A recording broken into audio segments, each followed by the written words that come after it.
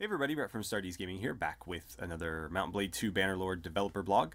Today we're checking out the blog for October 19th, 2017, which is a spotlight on the Battanians faction. So this is something a bit new from Tale Worlds.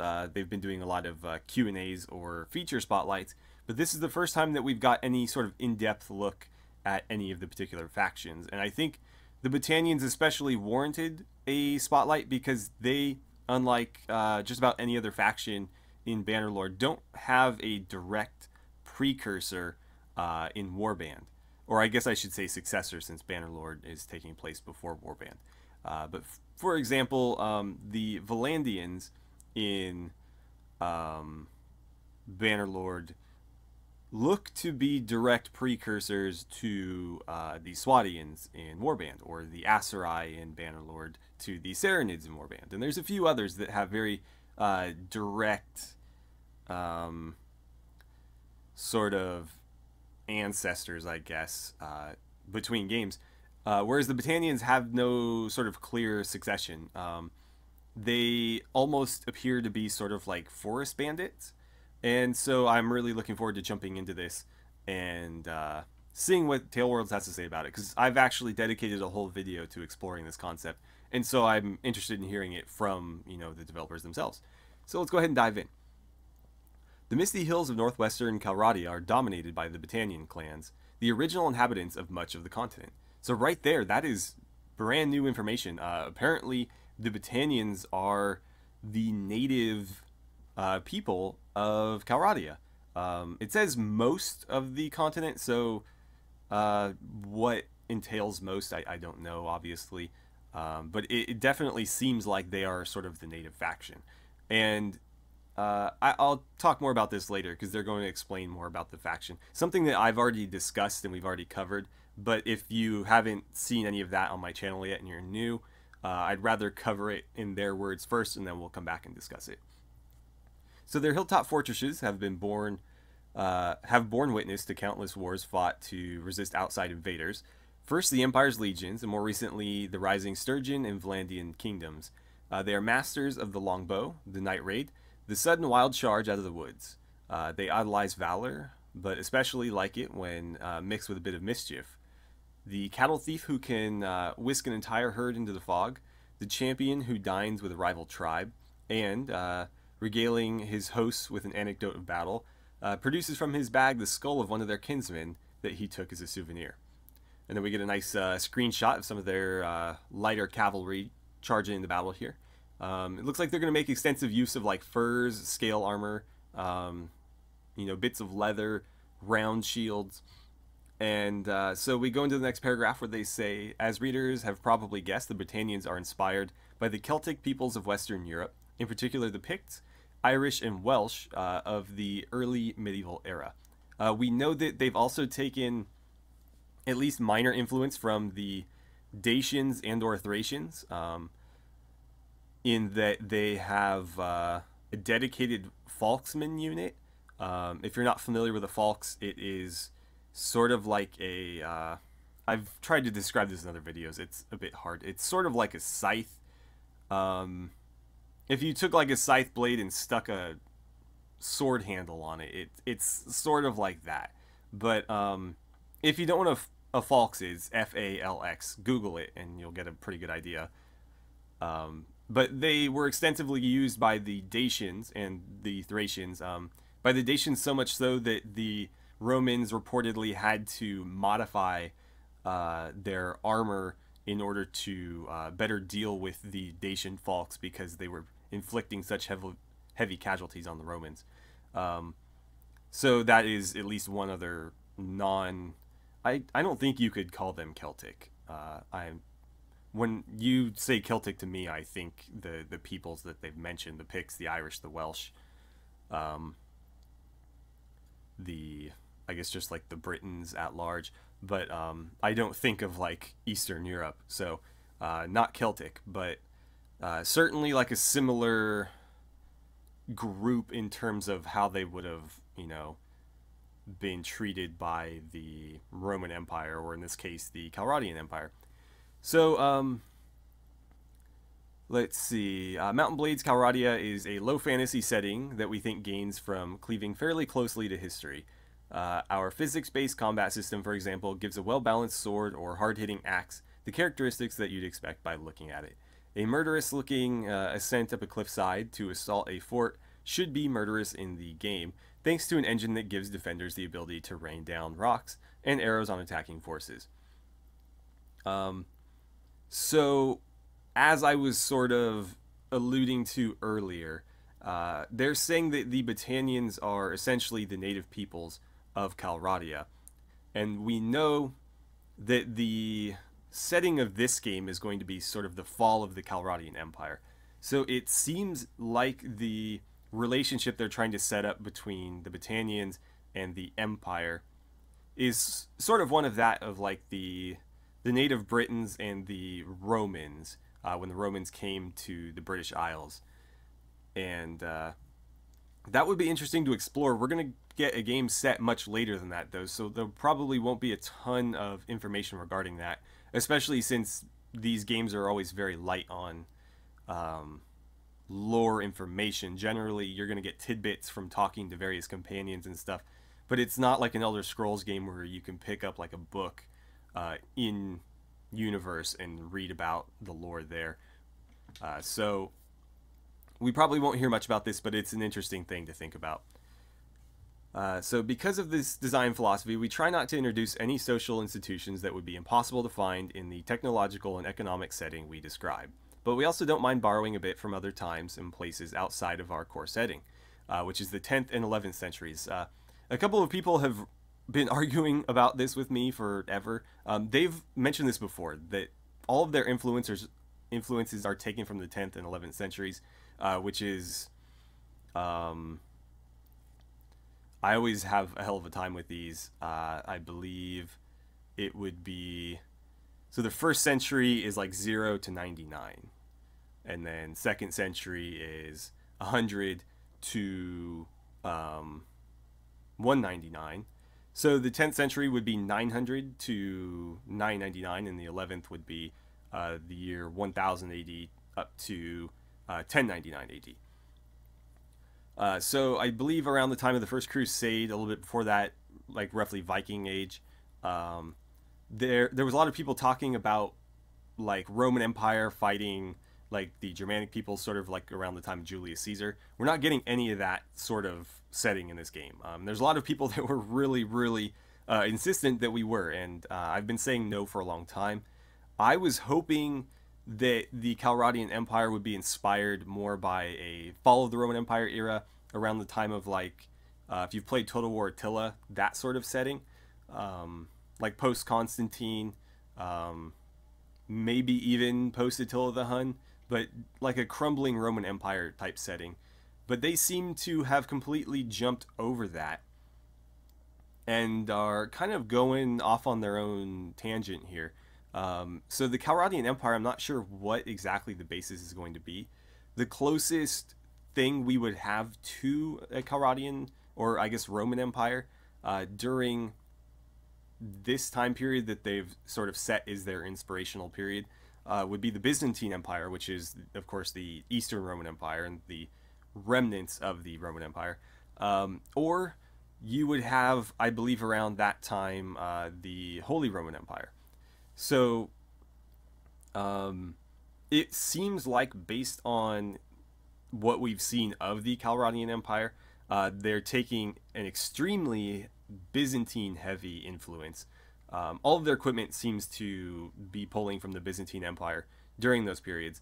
So I think we can assume that the Volandians are going to take more of that Holy Roman Empire sort of like French, similar to the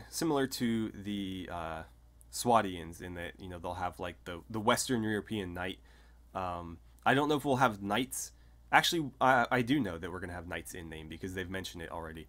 But yeah, the Volandians in this case, I think, are going to be our more Western European style faction.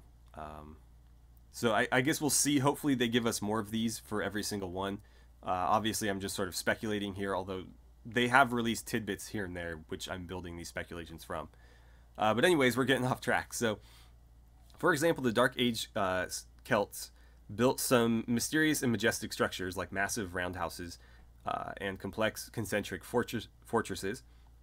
Concentric fortresses meaning like a circular outer wall with like a circular inner wall, and then like maybe a round keep inside that. Concentric basically just means like circles within each other. Not necessarily circles, but I think it usually implies like round. However, yeah, just like layered, I guess, is the best way to describe that. But did not build major cities. By then, they'd been pushed back to the margins of Europe, where big cities were hard to sustain. Back in Caesar's day, however, the Celts still lived closer to the economic heart of the continent and created impressive towns known as Apida on key trade routes. So you won't find an exact archaeological antecedent for our Battanian settlements, which mixed later Celtic architecture with earlier Celtic town layouts. But we think the result will be both visually impressive and credible, sort of an alternate version of how Celtic settlements could have evolved had history been slightly different. And then we get a nice screenshot of a Battanian town, and I really do like the architecture and just overall aesthetic of their towns. They look very organic. You can see there's sort of like a mountain in the background that the castle has been sort of built onto and sort of grows naturally out from it. They have a lot of these like old stone walls along the roads that just sort of fit in really organically. And they've just got a really cool look to them. Obviously, you know, they're taking a lot of Celtic influence here, and I do like the aesthetic. That said, from what we've seen of their troops, I don't like the aesthetic. They're very bland looking, and I hope we see some more interesting looking Battanian troops moving forward. If not, that's something that, you know, modders like myself can fix pretty easily. But it's always nice to have the just finished game product pre any sort of mods be really satisfying, and then not having to worry about that. Anyway, lots of our characters too are based on history or legend, at least. Are based on history or legends, at least. For example, the Battanian king Caladog, this is new information as well, so now we know who their faction leader is. Caladog is partially inspired by Gruffydd ap Llewellyn, who dominated much of Wales in the 11th century. He was a very colorful figure, ruthless yet possessed of a wicked sense of humor. He is famous for quipping when accused of having killed off all his competitors for the kingship. "I merely blunt the horns of Wales' sons, lest they injure their mother." The charismatic silver-tongued rogue who'd steal your cattle and then extemporize a poem about it. This was a bit of a stereotype of Celts among the English at the time. It's actually a common view that inhabitants of peaceful but despotic kingdoms held of tribal peoples who had a strong oral tradition and enjoyed freedom but little security. Boastful, cunning, resourceful, but perhaps a tad too cussed and individualistic for their own good, the Battanians aren't an efficient conquering machine like some of their neighbors, but no one makes war with more flair. Okay. Bannerlord gives us some new features to bring out the uniqueness of its cultures, but we're especially excited about minor factions. So this, I believe, is some new information. They may have mentioned minor factions, but I don't recall them ever going into any amount of detail on it. So mercenaries, nomads, and outlaw leagues that have their own agendas that aren't part of the struggle for power. One of the Battanian minor factions, so this connotation here, notice how they say Battanian minor factions. So this implies that each major faction will have minor factions that aren't necessarily working along with the major faction. They might be working against, but they are in some way related to the major faction. So one of the Battanian minor factions is the Wolfskins, a society of young warriors who have left their clans to live a life of freedom and violence in the woods. So long as they live as wolves, eating no cooked meat, sleeping under no roof, and wearing no woven cloth, they are exempt from the laws of men.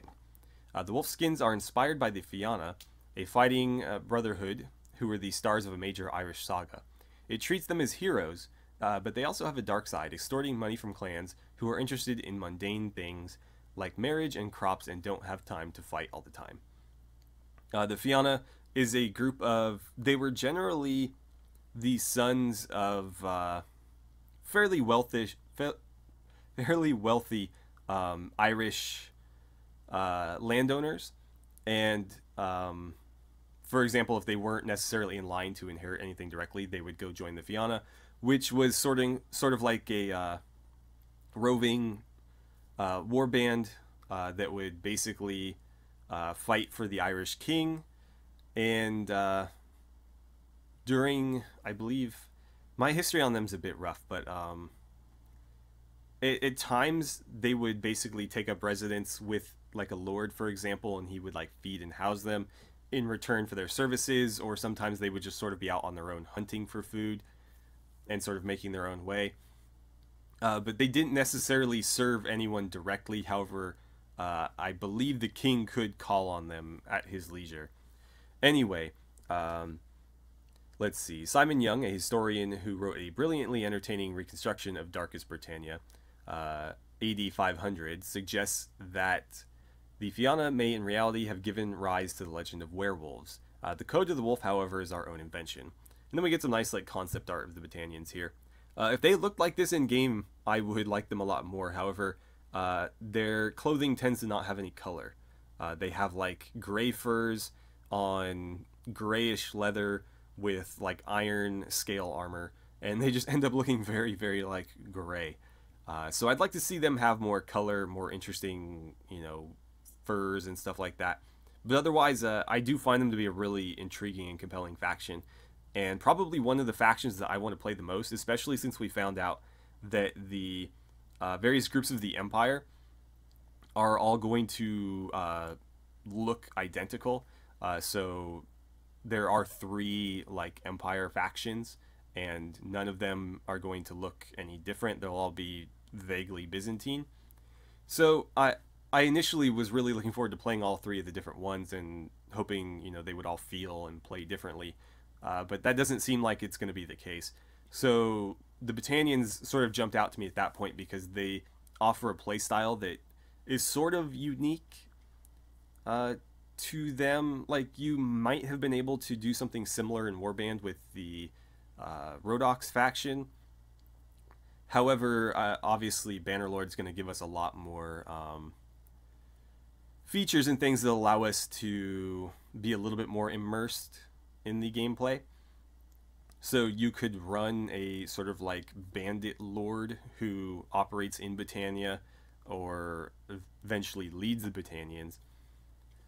And that's not something that we were able to really pull off before. You could, be a bandit in Warband and then go off and start your own faction, but that sort of, I guess it doesn't end your banditry. You could still go hit enemy caravans and whatnot and raid their villages, but then you just be at war with everybody all the time. Whereas Bannerlord's going to offer us a little bit more, what's the word? Indirect ways to do some of those things. So we know that you can set up like criminal enterprises in towns and sort of like leech money off of them that way. And in the same way, you can actually set up counter enterprises in your own town so that criminals can't come in and start doing the same to yours. So yeah, a lot of unique features that are going to allow us to, flesh out our characters a little bit more and our playstyles more. And again, I think the Battanian faction not being this like overwhelming imperial force, but this sort of like underdog Celtic hit and run force really opens up a lot of opportunities in that regard. Anyways, it looks like next time around we're going to be talking to a technical artist. Hopefully they're going to continue. I mean, I could do without the Q&As, frankly. I know a lot of you guys agree with that. But at the very least, if they're going to continue these Q&As, I hope they do what they've been doing, where we get a Q&A and then something that gives us a lot more information about the game, and then a Q&A and then a lot more information about the game. Again, personally, Q&As, don't need them. If they just did a bunch more faction spotlights and then feature spotlights, I'd be entirely happy with that. But we will see. Anyways, thank you guys so much for watching. I had a great time talking about some Bannerlord with you, and I look forward to seeing you guys back here for the next Dev blog.